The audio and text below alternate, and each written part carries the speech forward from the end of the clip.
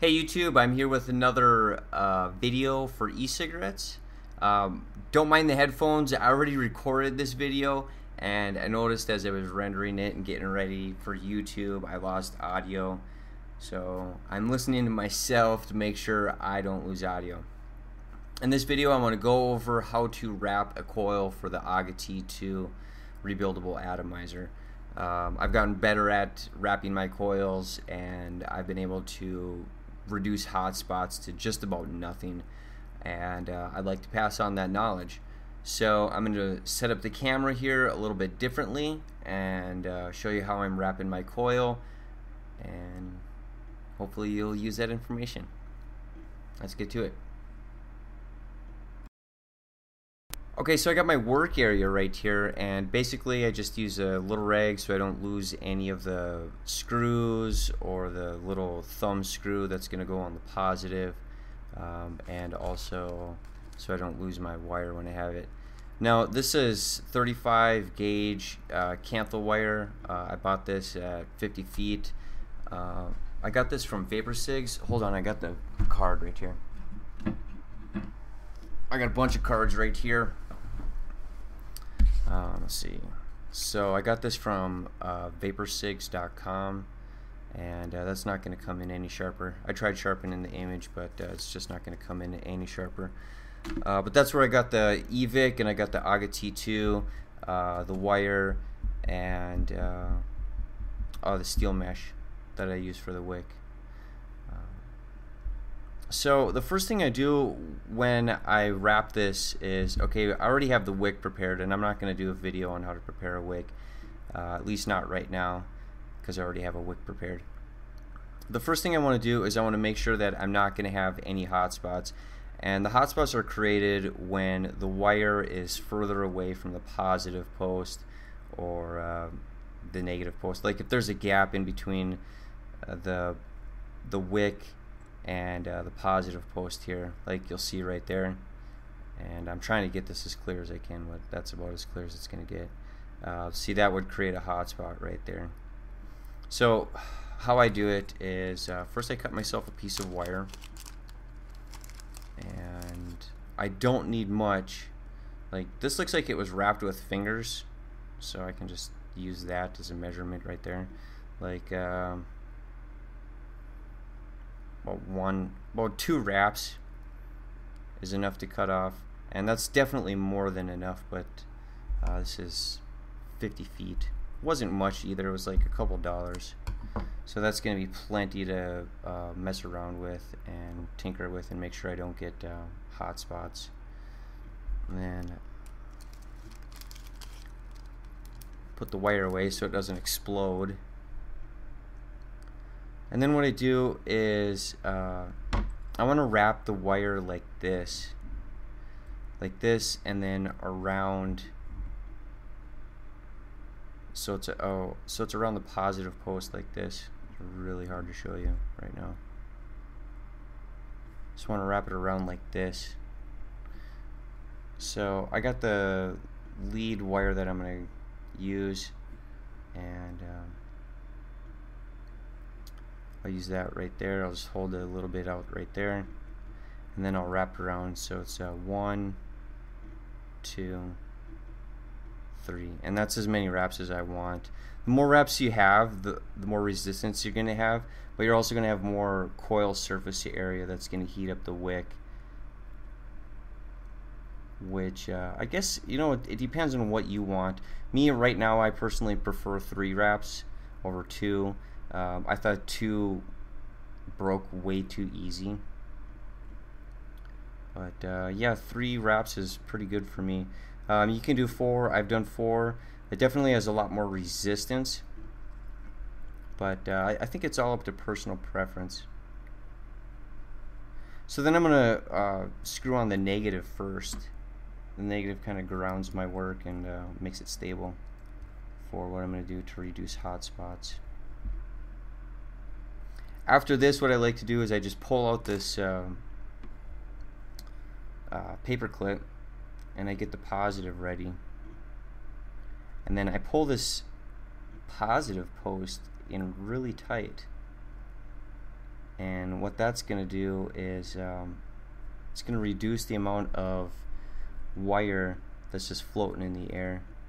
Now I really don't like the way this wick looks right now, so I'm going to get my blunt tip syringe and try and tighten up the wick so they're a little closer together. Not the wick, the coil. The coils are closer together. And then pull this in a little bit tighter.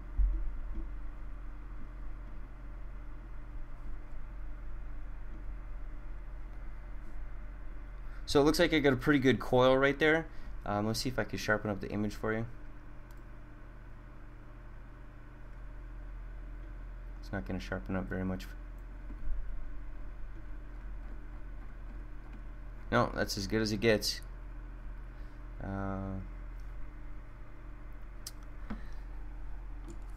Then what I do is I take my atomizer here and I'm going to switch this over to variable voltage. I'm going to go all the way down to 3 volts and just leave it like that.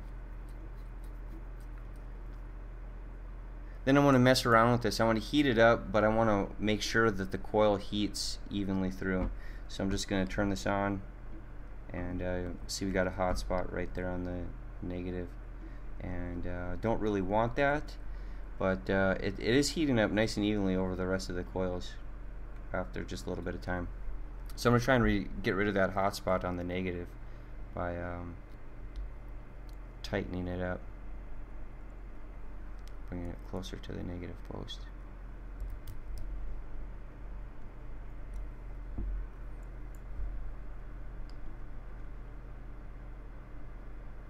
Still getting a pretty big hot spot on that negative right there.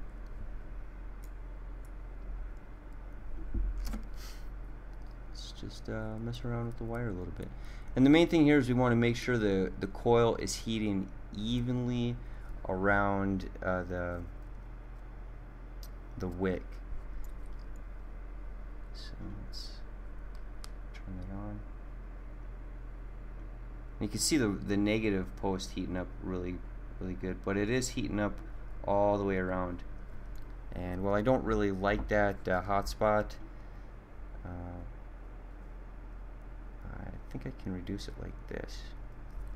I'm pushing down on it, trying to shorten the amount of wire that's exposed to open air. Now it is getting nice and red all the way through. Let me turn up the volts. I'll turn it up to 3.2, and well, it is a little hot on the negative post. It's getting nice and red all the way through. And this to me is a good wrap. It's a good coil.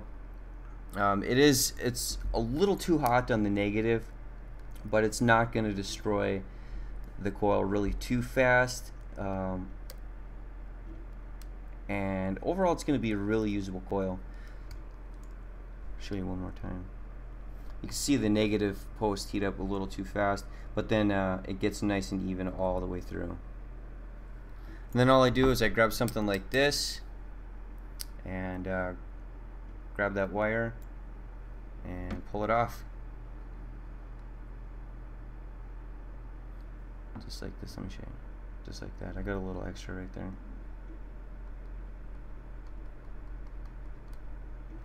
And there you go. Now you have a nice AGA-T2 coil with a minor hotspot right there, but it evens out pretty quickly. And this is at 3.2 volts. So I'm going to fill it up with some organic wintergreen and vape on this. Now before I consider this job complete, I want to make sure that it's going to vape really nice and produce a lot of nice vapor. So I don't fill it up full right away. I fill it about 3/4 full.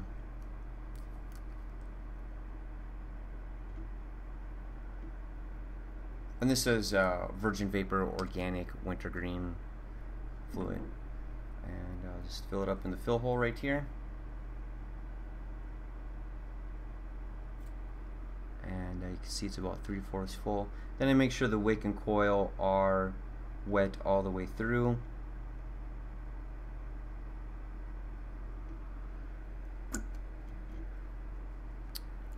and I start heating it up to see how it works.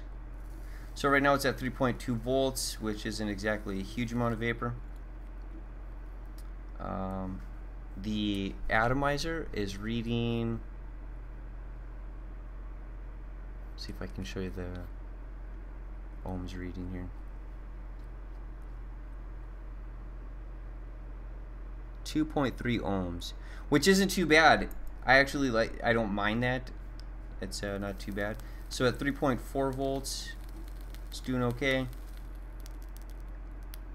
But at about 2.3 ohms, I think 3.7 is going to be pretty good.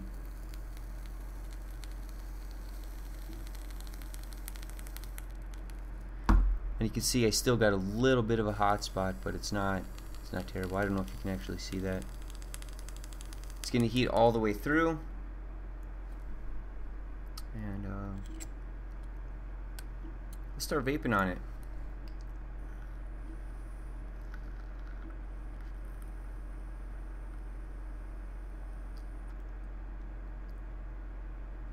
So that's at 3.7 volts. I could definitely go up. I could switch it over to watts, and let's just vape it on 4.2. That's volts, and that's 7.6 watts.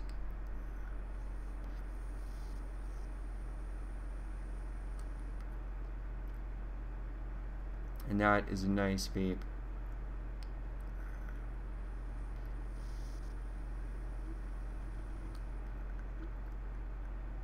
Really smooth. So let me show you how that looks on the inside here.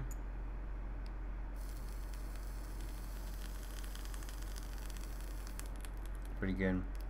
I admit though, I still got a small hot spot on the negative. I don't think that's the worst. The positive post on this atomizer seems to be the worst for hot spots, but it's a good. I think it's a good way to wrap the coil, and that's the way I wrap it, and it works pretty good.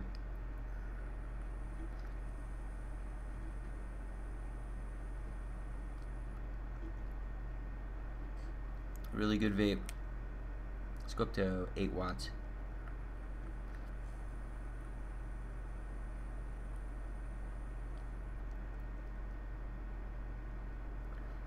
Really good. So hopefully, if you're using the AGA-T2 and you don't know how to wrap a coil really nice without hot spots, this is one way to do it. There's other videos on how to do it. Some people say put a kink in it, but I really didn't figure out how to put a kink in it. This is just the way I worked out how to wrap a nice coil. And there's just a tiny hot spot on the negative post this time, but I don't think it's terrible. It's not going to ruin my vape. And if anything, the coil will just last a little shorter than I want it to. But the coils are the cantha wire is really inexpensive. You know, check out other videos if you want more information. Definitely, wrapping a coil is more of an art form. It does take practice. So this is just one video. I wanted to show people what I do, and hopefully they can glean some information on it. Click like if you like this video. Comment, please. I would love your comment. And if you want to see more, click subscribe. Until then, bye.